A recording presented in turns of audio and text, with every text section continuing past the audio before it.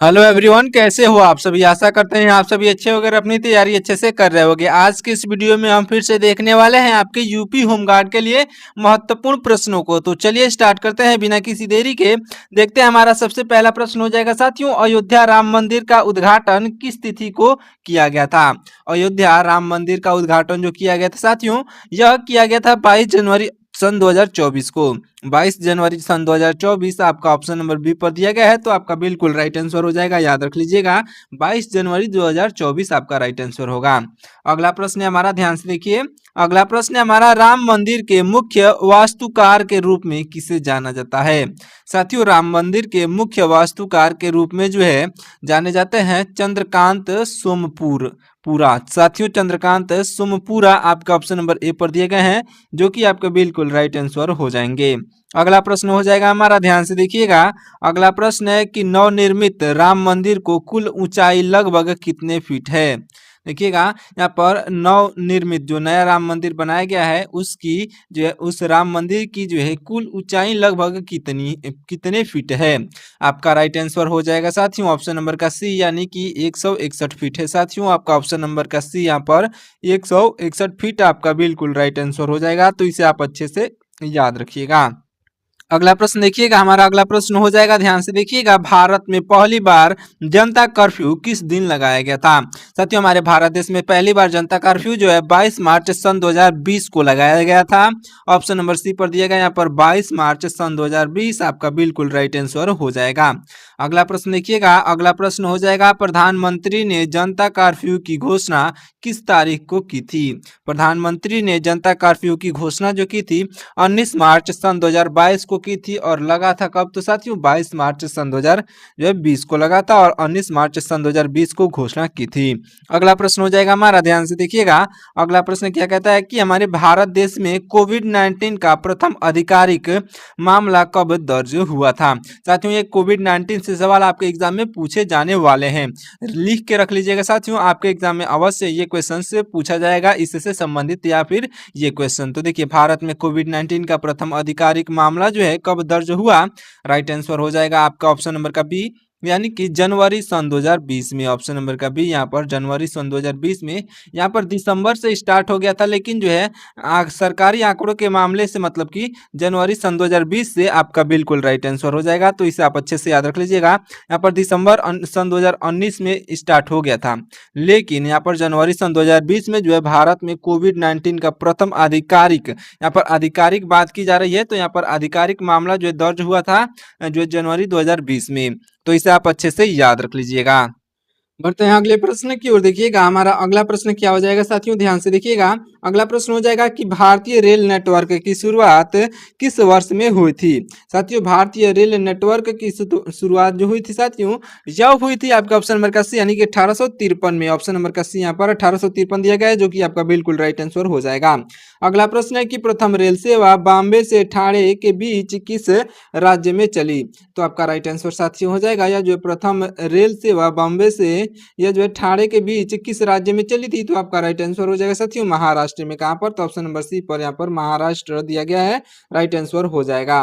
ध्यान दीजिएगा, हमारा अगला प्रश्न हो जाएगा साथियों, शटलर। यहाँ पर शटलर साइना नेहवाल का संबंध किस खेल विधा से है। तो आपका बिल्कुल राइट आंसर साथियों हो जाएगा, यह जो बैडमिंटन से है, इनका संबंध किन से है, तो बैडमिंटन से है। ऑप्शन नंबर बी पर बैडमिंटन दिया गया है, जो कि आपका राइट आंसर हो जाएगा। अगला प्रश्न देखिएगा, हमारा अगला प्रश्न हो जाएगा कि सुपरमाम मैरी कॉम किस खेल से जो है प्रसिद्ध, किस खेल की प्रसिद्ध खिलाड़ी हैं। आपका राइट आंसर हो जाएंगे साथियों आपका ऑप्शन नंबर का ए, यानी कि मुक्केबाजी की प्रसिद्ध खिलाड़ी ऑप्शन नंबर ए पर दी गई है, जो कि आपकी राइट आंसर हो जाएंगी। अगला प्रश्न हो जाएगा साथियों, हमारा ध्यान से देखिएगा, यह जो व्यक्तिगत स्वर्ण पदक जीतने वाले पहले भारतीय ओलंपियन कौन है। ये क्वेश्चन भी वेरी वेरी इंपॉर्टेंट हो जाता है साथियों, क्योंकि यहाँ पर पहले की बात की गई है, यानी कि सबसे पहले व्यक्तिगत स्वर्ण पदक जीतने वाले पहले भारतीय ओलंपियन कौन है। तो आपके राइट आंसर हो जाएंगे आपका ऑप्शन नंबर का ए, साथियों यहाँ पर अभिनव बिंद्रा जो कि आपका ऑप्शन नंबर ए पर दिए गए हैं, अभिनव बिंद्रा इस क्वेश्चन के जो है बिल्कुल सही जवाब हो जाएंगे। अगला प्रश्न देखिएगा, हमारा अगला प्रश्न हो जाएगा कि नीरज चोपड़ा ने टोक्यो ओलंपिक में जो है किस स्पर्धा में स्वर्ण जीता। तो आपके राइट आंसर हो जाएंगे साथियों, नीरज चोपड़ा ने भाला फेंक में जीता था। ऑप्शन नंबर का जो है यहाँ पर भाला फेंक आपका ऑप्शन नंबर का सी पर दिया गया है, जो आपका ऑप्शन नंबर सी यहाँ पर इस क्वेश्चन का बिल्कुल राइट आंसर हो जाएगा। अगला प्रश्न ध्यान से देखिएगा, अगला प्रश्न है कि सचिन तेंदुलकर को जो है किस वर्ष भारत रत्न प्रदान किया गया था। साथियों ये भी क्वेश्चन जो है बहुत इंपॉर्टेंट है, तो इसे आप अच्छे से याद कर लीजिएगा। ये question very very very important question है, याद रख लीजिएगा। सचिन तेंदुलकर को किस वर्ष जो है भारत रत्न प्रदान किया गया था। तो आपका बिल्कुल राइट आंसर हो जाएगा साथियों, यह जो है भारत रत्न प्रदान किया गया था सन 2014 में। ऑप्शन नंबर बी पर यहाँ पर सन 2014 दिया गया है, आपका बिल्कुल राइट आंसर हो जाएगा। अगला प्रश्न देखिएगा, हमारा अगला प्रश्न हो जाएगा कि भारत रत्न से सम्मानित होने वाले देश के प्रथम खिलाड़ी कौन हैं। ये भी इंपॉर्टेंट क्वेश्चन है साथियों। भारत रत्न से सम्मानित होने वाले देश के प्रथम खिलाड़ी जो हैं यह हो जाएंगे आपके सचिन तेंदुलकर, ये जो कि भारत रत्न से सम्मानित होने वाले प्रथम खिलाड़ी हैं। यहाँ पर सचिन तेंदुलकर आपके ऑप्शन नंबर बी पर दिए गए हैं, जो कि इस क्वेश्चन के बिल्कुल राइट आंसर हो जाएंगे। अगला प्रश्न हो जाएगा हमारा, ध्यान से देखिएगा। अगला प्रश्न है कि मेजर ध्यानचंद के नाम पर अब किस पुरस्कार को जाना जाता है। देखिए मेजर ध्यानचंद के नाम पर जो है अब किस पुरस्कार को जाना जाता है। तो आपके बिल्कुल राइट आंसर हो जाएंगे, बिल्कुल राइट आंसर हो जाएगा साथियों आपका खेल रत्न पुरस्कार। खेल रत्न पुरस्कार जो कि आपका ऑप्शन नंबर ए पर दिया गया है, इस क्वेश्चन का बिल्कुल राइट आंसर हो जाएगा। ध्यान दीजिएगा, अगला प्रश्न हमारा हो जाएगा कि वर्तमान गणना के अनुसार जो है भारतीय संविधान में कितने अनुच्छेद हैं। साथियों वर्तमान गणना के अनुसार भारतीय अनुच्छेद में जो है या भारतीय संविधान में कितने अनुच्छेद हैं। तो आपका राइट आंसर हो जाएगा ऑप्शन नंबर का डी, यानी कि 470 अनुच्छेद हैं साथियों, 470। याद रख लीजिएगा, वर्तमान गणना के अनुसार की बात की जा रही है, तो यहाँ पर ऑप्शन नंबर डी पर दिया गया है, इस क्वेश्चन का बिल्कुल राइट आंसर हो जाएगा। अगला प्रश्न देखिएगा, हमारा अगला प्रश्न हो जाएगा, ध्यान से देखिएगा। अगला प्रश्न है कि मूल संविधान को कुल कितने अनुच्छेदों के साथ जो अपनाया गया था। आपका राइट आंसर साथियों हो जाएगा 395 अनुच्छेदों के साथ अपनाया गया था। ऑप्शन नंबर ए पर यहाँ पर 395 अनुच्छेद दिए गए, जो कि आपका राइट आंसर हो जाएगा। ये जो है मूल संविधान की बात की जा रही है सबसे पहले। अगला प्रश्न देखिएगा, हमारा अगला प्रश्न हो जाएगा कि भारतीय संविधान वर्तमान में कुल कितने भागों में विभाजित है। वर्तमान में साथियों यह जो है विभाजित है 25 भागों में। यहाँ पर याद रख लीजिएगा, वर्तमान में की बात की जा रही है, तो यहाँ पर 25 भागों में विभाजित है, इसे आप अच्छे से याद रख लीजिएगा। देखिए अगले प्रश्न को देखते हैं। अगला प्रश्न हमारा क्या है कि संविधान निर्माण के समय कुल भागों की संख्या कितनी थी। यानी कि जब हमारा संविधान निर्माण हुआ था तब जो इसकी कुल भाग कितनी थी, तो 22 थी। वर्तमान में कितनी हो गई है, तो 25 हो गई है। इन दोनों के बीच का जो है आप अच्छे से याद रख लीजिएगा, इन दोनों के बीच के संबंध को आप अच्छे से याद रखेंगे, क्योंकि साथियों सबसे पहले जब बना था तब 22 था, अब वर्तमान में 25 है। तो सबसे पहले कम था, अब इसके बाद से ज्यादा है, यानी कि आप इसे इस तरीके से याद रख सकते हैं। देखते हैं अगले प्रश्न को, ध्यान से देखिएगा। हमारा अगला प्रश्न हो जाएगा कि वर्तमान में संविधान की अनुसूचियों की कुल संख्या कितनी है। साथियों वर्तमान में संविधान की अनुसूचियों की कुल संख्या कितनी है। आपका राइट आंसर हो जाएगा ऑप्शन नंबर का, यहाँ पर आपका ऑप्शन नंबर का सी, यानी कि 12 है। कितनी संख्या है साथियों इसकी, तो 12 संख्या है। ऑप्शन नंबर का सी यहाँ पर इस क्वेश्चन का राइट आंसर हो जाएगा। अगला प्रश्न है हमारा, मूल संविधान में केवल कितनी अनुसूचियां शामिल की गई थी।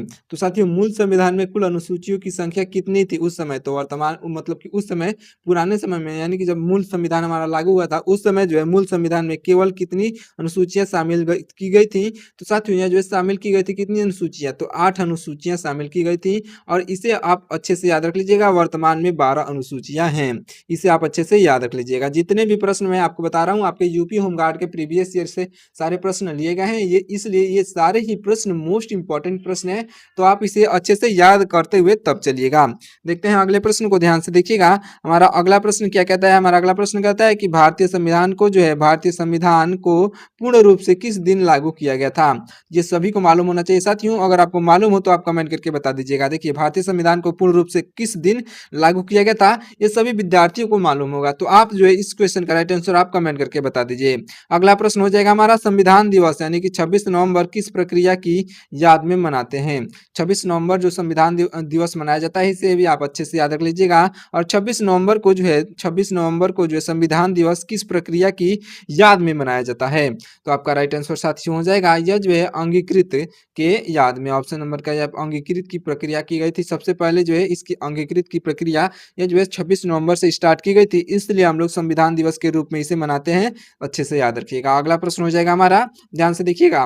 महात्मा गांधी का जन्म जो है किस सामाजिक श्रेणी या फिर कुल में हुआ था? तो देखिएगा ये जो महात्मा गांधी का जन्म जो हुआ था साथियों, महात्मा गांधी का जन्म वैश्य वैश्य कुल में यानी कि वैश्य श्रेणी में हुआ था। ऑप्शन नंबर का सी इस क्वेश्चन का बिल्कुल राइट आंसर हो जाएगा। अच्छे से याद रख लीजिएगा, वैश्य यह वैश्य कुल में हुआ था। अगला प्रश्न हो जाएगा हमारा, ये जो है गौतम बुद्ध का जन्म जो है, गौतम बुद्ध का जन्म यह किस ईसा पूर्व वर्ष में हुआ माना जाता है? तो गौतम बुद्ध का जन्म जो है किस ईसा पूर्व वर्ष में हुआ माना जाता है? तो आपका बिल्कुल राइट आंसर साथियों हो जाएगा, यह माना जाता है गौतम बुद्ध का जन्म जो है, गौतम बुद्ध का जन्म 563 ईसा पूर्व में माना जाता है साथियों। 563 यानी आपके ऑप्शन नंबर ए पर दिया गया है, जो कि आपका बिल्कुल राइट आंसर हो जाएगा। अगला प्रश्न ध्यान से देखिएगा। अगला प्रश्न हो जाएगा हमारा, महात्मा बुद्ध का जन्म जो है स्थान लुम्बिनी वर्तमान में कहाँ पर है? साथियों याद रख लीजिएगा, यह जो है महात्मा बुद्ध का जन्म स्थान जो है लुम्बिनी, यह वर्तमान में नेपाल में है। कहाँ पर? तो ऑप्शन नंबर बी पर नेपाल दिया गया है, जो कि आपका बिल्कुल राइट आंसर हो जाएगा। और महात्मा बुद्ध की जहाँ पर मृत्यु हुई थी यानी कि यहाँ पर कुशीनगर पर, ये कुशीनगर जो वर्तमान में साथियों हमारे भारत देश के उत्तर प्रदेश राज्य में है, जहाँ से आप इस जो है यूपी होमगार्ड की परीक्षा देंगे, वहां पर कुशीनगर में है। देखिए अगले प्रश्न को, हमारा अगला प्रश्न है कि सिद्धार्थ किसके बचपन का नाम था? साथियों सिद्धार्थ जो था यह गौतम बुद्ध के बचपन का नाम था। याद रख लीजिएगा, इनसे जुड़े प्रश्न आपके एग्जाम में अवश्य पूछे जाते हैं। अगला प्रश्न हो जाएगा हमारा, ध्यान से देखिएगा, भारत के किस प्रदेश में जो है सर्वाधिक ग्राम पंचायतें मौजूद हैं? तो साथियों हमारे भारत देश के सबसे अधिक ग्राम पंचायतें जो हैं यह किस प्रदेश में है? तो आपका राइट आंसर साथियों हो जाएगा उत्तर प्रदेश में। किस प्रदेश में? उत्तर प्रदेश में जो है, हमारे उत्तर प्रदेश में भारत के सबसे अधिक यानी कि सर्वाधिक ग्राम पंचायतें मौजूद हैं। कहाँ पर? तो हमारे उत्तर प्रदेश में। यहाँ पर ऑप्शन नंबर का ए, यहाँ पर उत्तर प्रदेश आपका बिल्कुल राइट आंसर हो जाएगा। इसे आप अच्छे से याद रख लीजिएगा। चलिए देखते हैं अगले प्रश्न को। हमारा अगला प्रश्न हो जाएगा कि सन 2011 की जनगणना के अनुसार भारत की कुल जनसंख्या कितनी थी? तो देखिएगा सन 2011 की जनगणना के अनुसार यहाँ पर ये क्वेश्चन पूछा गया है, तो आपका बिल्कुल राइट आंसर हो जाएगा 121 करोड़ जो है जनसंख्या थी पूरे हमारे भारत देश की। ऑप्शन नंबर का ए यहाँ पर 121 करोड़ थी। तो वर्तमान में 150 प्लस बताया जा रहा है। 150 करोड़ यानी कि 150 करोड़ जो है से ज्यादा जनसंख्या हमारे भारत देश की बताई जा रही है। तो आप इसे भी आप अच्छे से याद रख लीजिएगा।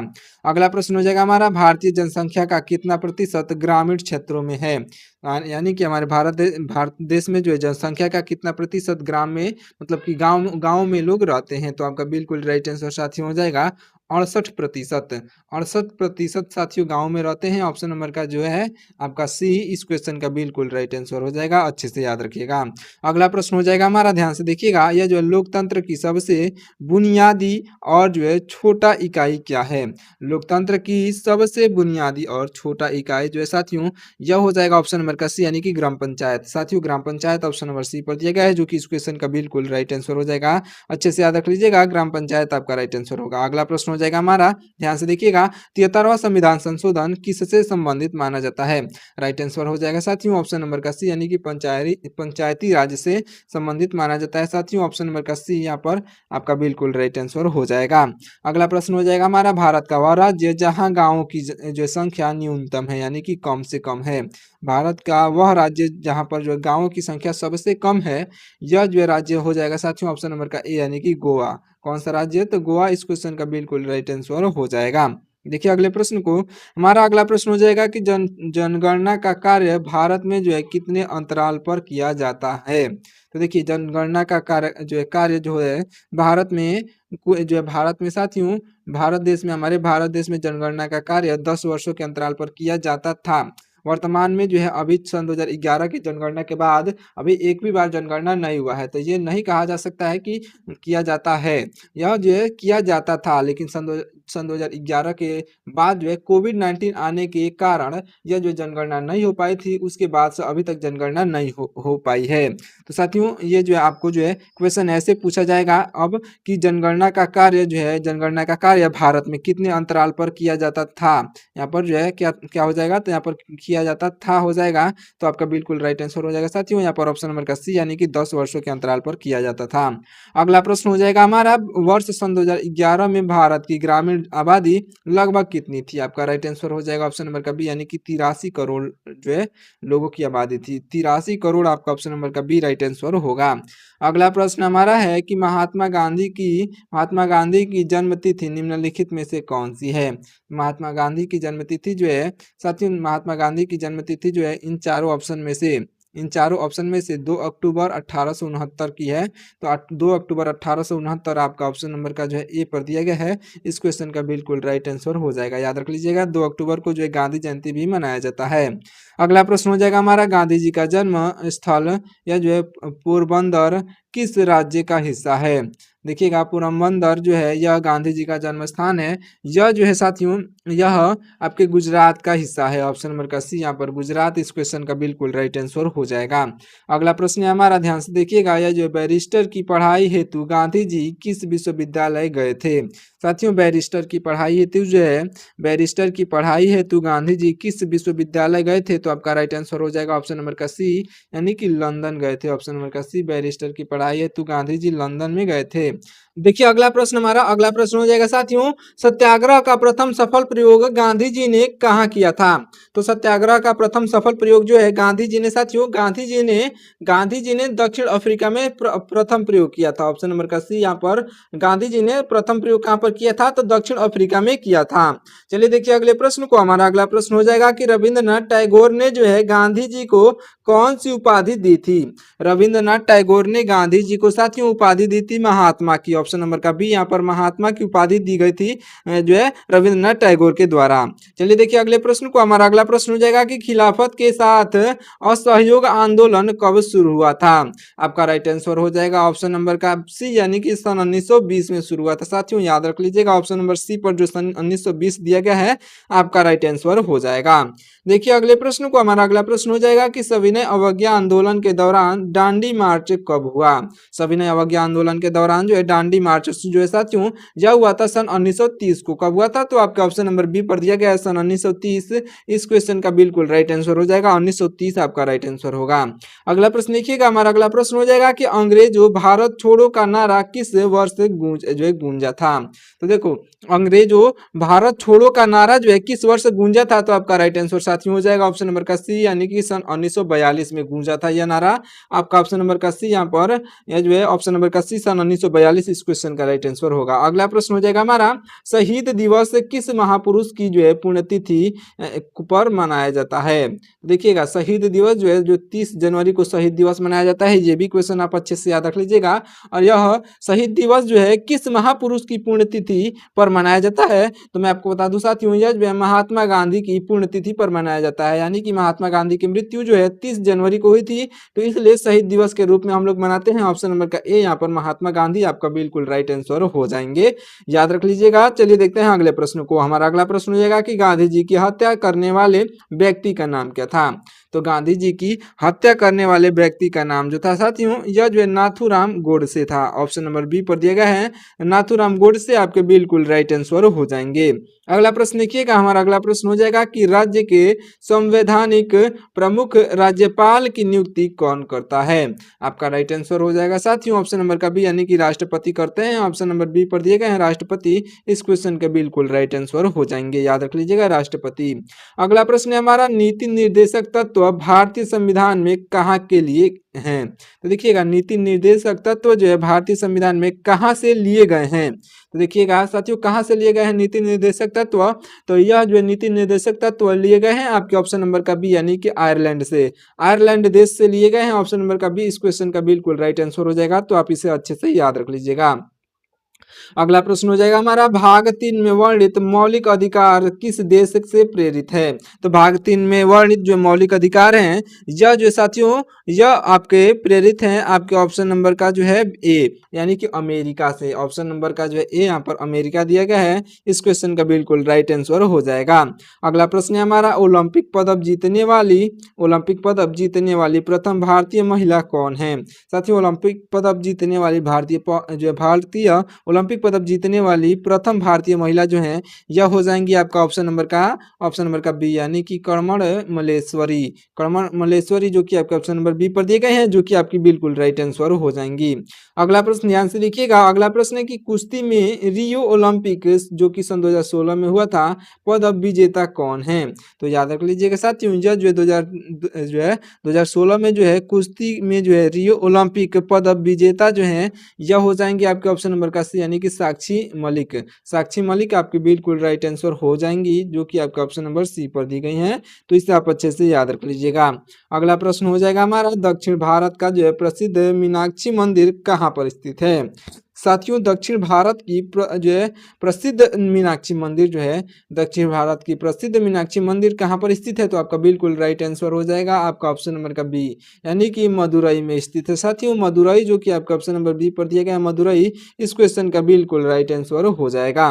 देखिए अगले प्रश्न को, ये जो आपका लास्ट प्रश्न है, इस प्रश्न का राइट आंसर आप कमेंट करके बता दीजिएगा। देखिए क्या है प्रश्न, कि प्रसिद्ध स्वामी नारायण अक्षरधाम मंदिर किस शहर में है? इस प्रश्न का राइट आंसर आप कमेंट करके बताइएगा। मैं आपको ऑप्शंस पढ़ के बता दे रहा हूँ, मथुरा, वाराणसी, दिल्ली या फिर अयोध्या। आप कमेंट करके जरूर से बताइएगा, मथुरा, वाराणसी, दिल्ली या फिर अयोध्या, कमेंट करके जरूर से बताइएगा। मिलते हैं किसी और वीडियो में साथियों, तब तक के लिए अभी तक हमारे चैनल को सब्सक्राइब नहीं किया है तो आप हमारे चैनल को सब्सक्राइब करके इस वीडियो को लाइक कर दीजिएगा। साथ ही साथ अपने दोस्तों के पास इस वीडियो को शेयर जरूर से करिएगा। अगर आप ये वीडियो 7 दिन से पहले देख रहे हैं तो आपको जो है नीचे एक आपको ऑप्शन दिख रहा होगा हाइप का, जैसे जहां पर आप लाइक, कमेंट, शेयर या फिर कुछ भी जितना भी थैंक्स का ऑप्शन हो, जितना ऑप्शन होता है उसके साइड में ही आपको हाइप का भी ऑप्शन दिख रहा होगा। वहां से आप इस वीडियो को हाइप जरूर से करिएगा ताकि ये वीडियो अन्य बच्चों तक भी पहुंच सके। मिलते हैं किसी और वीडियो में, तब तक के लिए आपका बहुत बहुत धन्यवाद साथियों। जय हिंद।